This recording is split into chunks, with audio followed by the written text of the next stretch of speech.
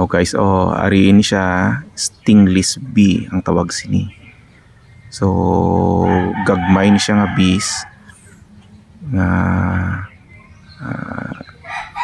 makita naton wala ni siya sang wala ni kapangutot. Wala gapangutot.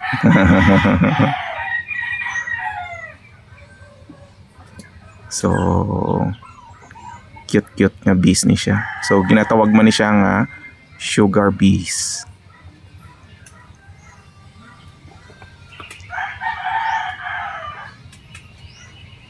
So ang pulot sini guys, mahal.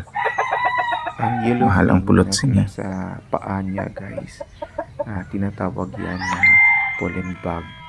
Diyan nila nilalagay yung pollen bag na fresh at saka binibigay sa or pinapakain sa kanilang mga anak. So important pollinator ni siya sa mga plants. So kinanlan ni siya sang mga plants para mag-pollinate sila.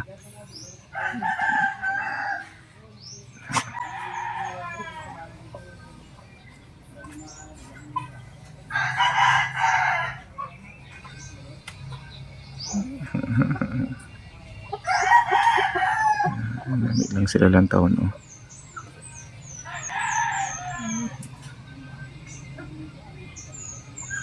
Tanong, paano sila kumokolekta ng honey?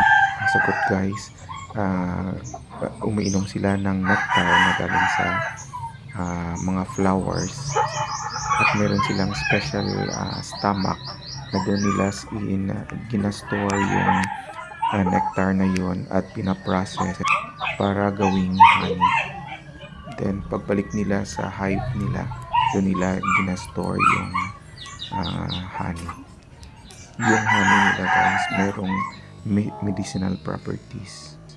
Kaya mahal yung honey ng stingless bee or tinatawag na Australian stingless bee.